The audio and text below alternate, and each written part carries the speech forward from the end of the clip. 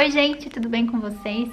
Vim aqui bater um papo de mãe para mãe com vocês pra gente trocar figurinhas sobre a nossa comunicação ser mais clara e consciente com as nossas crianças, né? Hoje aconteceu uma situação que eu acordei já na ansiedade de fazer tudo que eu tinha para fazer. Acordei, sabe, naquela expectativa de trabalho? Ah, eu preciso fazer, preciso entregar, preciso criar, preciso trabalhar. E isso não é muito bom. Porque quando a gente acorda assim, querendo já fazer as coisas acontecerem, normalmente a gente não presta atenção no momento presente. Eu sou ótima em fazer isso, em estar sempre pensando lá na frente e não estar ali aproveitando o momento. Embora eu seja uma aspirante de aproveitar o momento presente, eu ainda não consigo fazer isso sempre, principalmente quando eu tenho muita coisa para fazer. Então eu acordei já com esse sentimento de estar para trás, assim, sabe? Aquela sensação, nossa, todos os educadores parentais estão ao vivo o tempo todo, meus colegas têm agenda cheia, eu preciso também marcar agenda lá para clínica, preciso criar conteúdo para Instagram, preciso fazer live. Enfim, eu acordei me cobrando, né? Que eu tenho ficado muito assim nessa pandemia também, me comparando demais, querendo ser produtivo demais, querendo criar coisas demais, a mais do que eu consigo fazer. Primeiro porque agora eu tenho uma bebê, né? Carolina tá com 10 meses, engatinhando por tudo, querendo escalar, quase andando, isso demanda. Tenho Carlinhos de 5 anos, que também é uma fase que demanda, filho demanda, não importa a fase, né? Eu acho que se eles tiverem, mesmo quando tiver adulto, se morar com a gente, vai estar demandando, e quando não tá demandando, morando junto, deve ser difícil também pra quem já não mora com os filhos. Enfim, filho demanda e a gente precisa falar real, né, aqui na internet. E eu não tenho essa disponibilidade para criação, de conteúdos que os meus colegas têm, então eu fico meio que me comparando. Isso é uma coisa que eu faço muito, né, no sentido profissional, se eu tô criando ou não.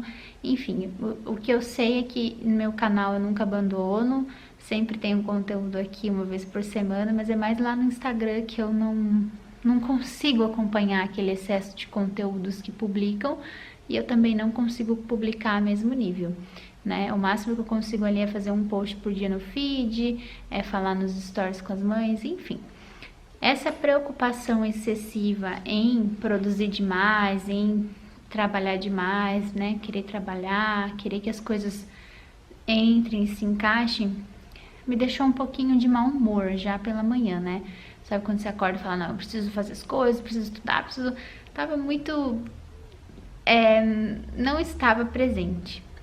E aí o Carlinhos, que é uma criança de 5 anos, estava sendo criança. E o que uma criança feliz faz? O que uma criança saudável faz? Grita, né?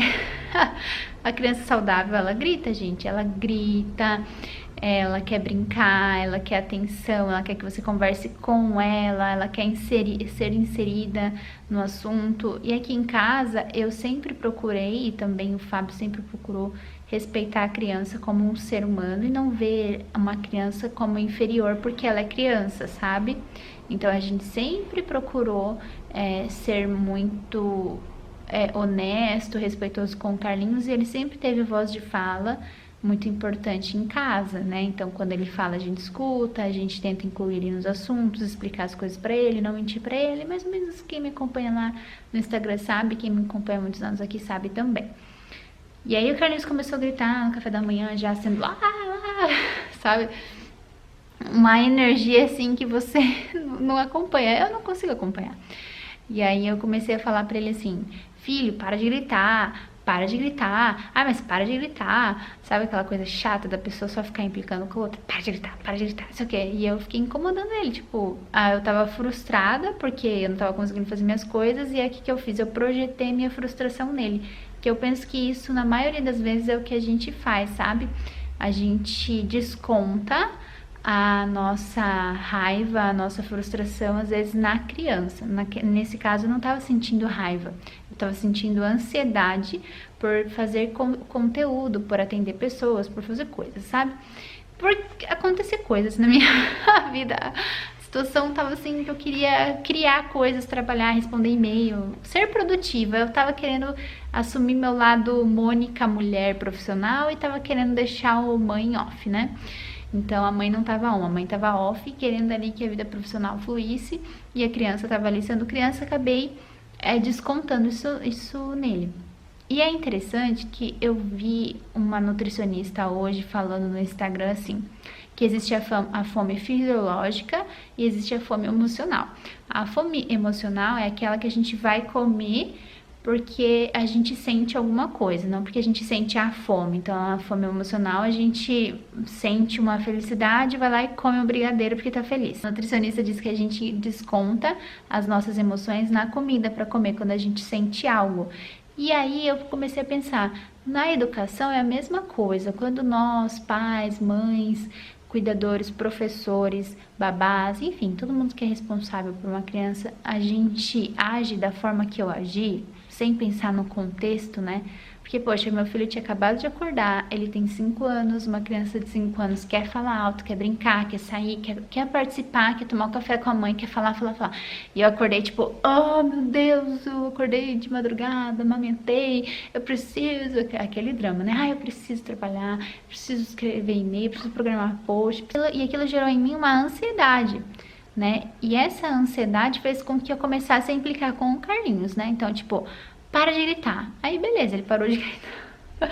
Ele parou de gritar, né? Nossa, minha mãe é doida, eu vou parar de gritar, né? Penso ele, eu acho. Ele foi engatinhar com a Carolina, só que ele foi engatinhar em direção à porta. E eu, sai daí, aí é sujo, porque a gente não entra com calçada de fora dentro de casa, né? Sai daí agora, não sei o quê. Aí ele foi pra brinquedoteca. Gente, eu agora olhando de fora, eu tô pensando, né? Que chato isso, né? Como é difícil ser criança, porque a criança não sabe como agradar o adulto, como que eu vou me encaixar nesse contexto sem eu incomodar essa pessoa. Aí ele foi pra brinquedoteca, eu falei assim, eu quero essa brinquedoteca organizada, hein? Porque eu organizei essa brinquedoteca, eu não quero que você bagunce. Por que eu falaria isso com meu filho? Por que eu falaria dessa forma com meu filho? Não tem pra que eu falar assim com ele, eu não falo assim com ninguém, eu não falo assim com o cliente, eu não falo assim com as pessoas. A pessoa tem que ter feito uma coisa muito grave pra mim, pra eu, assim, fazer, né, no sentido ficar brava e ser arrogante e ir pra cima da pessoa, como eu tava fazendo com ele. Só que eu penso que como nós fomos criados no sentido de que criança não tem vez, criança não precisa, tudo bem se a gente falar isso com as crianças, a gente desconta mais nelas, porque elas são mais frágeis e a gente tem a desculpa de que a gente precisa ser firme com elas para elas se darem bem no mundo, quando na verdade não é bem assim, né? A gente precisa ter educação emocional suficiente para não descontar as nossas emoções e as nossas frustrações nas crianças. E as crianças, elas perdoam fácil, porque veja bem, eu comecei a implicar com ele, gritar com ele, e por fim ele foi com a Tata, né, que é a menina que fica com eles aqui para eu poder trabalhar, foi lá fora, brincou com a Carolina, e quando ele voltou, ele trouxe essa água aqui com essa flor, né, e ele disse pra mim assim, mamãe, se você precisar se acalmar, você tem esse potinho da calma aqui.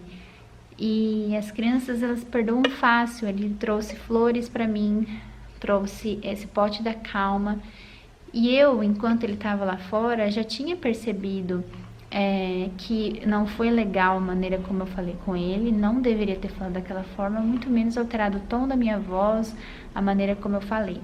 E aí, quando ele voltou, eu apliquei uma ferramenta da disciplina positiva chamada os 3 R's da reparação de erros, que significa reconhecer. Então eu reconheci quando ele voltou, né, depois que ele trouxe o pote da calma que ele fez pra mim, eu reconheci, eu falei pra ele, filho, a maneira como eu falei com você não foi legal, né, não foi respeitosa, e eu não precisava ter falado daquela forma. Depois vem o segundo R, que é o reconcilie, então eu pedi desculpa, só que a gente pede desculpa não no sentido dramático que leva pra culpa.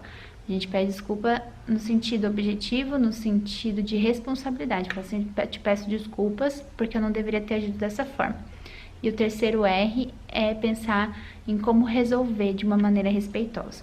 E aí eu disse pra ele, filho, eu estava ansiosa e eu posso tentar resolver isso, que numa próxima vez, quando eu começar a sentir ansiedade, eu vou parar para me acalmar, vou no cantinho da calma, vou reconhecer os meus sentimentos para não jogá-los em você. Eu quis trazer essa situação aqui, é bem estranho, né, constrangedor quando a gente conta algo da nossa vida e as pessoas às vezes podem interpretar de outra forma. A gente nunca sabe o que vai acontecer com a nossa história quando a gente conta essa história para alguém. Eu trouxe essa história aqui para te lembrar que é importante que os nossos filhos vejam que a gente é humano, que a gente erra e que não existe maternidade, nem paternidade, nem educação professor perfeito. Só que mais importante do que errar, né, e encarar o processo, é saber o que fazer com esse erro. Então, reconhecer, pedir desculpa para os nossos filhos, ser honesto emocionalmente, é um dos melhores e maiores valores que a gente pode passar para eles. Isso não quer dizer que eu não vá mais errar, que eu não vou mais alterar, porque eu não cheguei no Nirvana, eu não sou, né, um Buda, não sou uma pessoa iluminada, pelo contrário, sou uma pessoa cheia de defeitos aqui, procurando melhorar, né? Mas é importante que meu filho saiba que eu sou essa pessoa, que ele saiba que eu erro e que eu sou responsável pelos meus erros. Então, quando a gente faz essa reflexão de honestidade, reconhece para os nossos filhos, a gente está ensinando aí 2 valores. Primeiro, a honestidade e segundo, a responsabilidade. Eu sou responsável pelo que eu sinto, pelo que eu falo, pelo que eu penso. Não posso culpar o outro. Porque eu podia muito bem falar para ele, ai, que criança difícil, que a gente já falou sobre isso aqui lá no Instagram. Colocar um rótulo nele, né? Essa criança grita, essa criança difícil, colocar a culpa nele. E aí eu estaria ensinando ele uma coisa.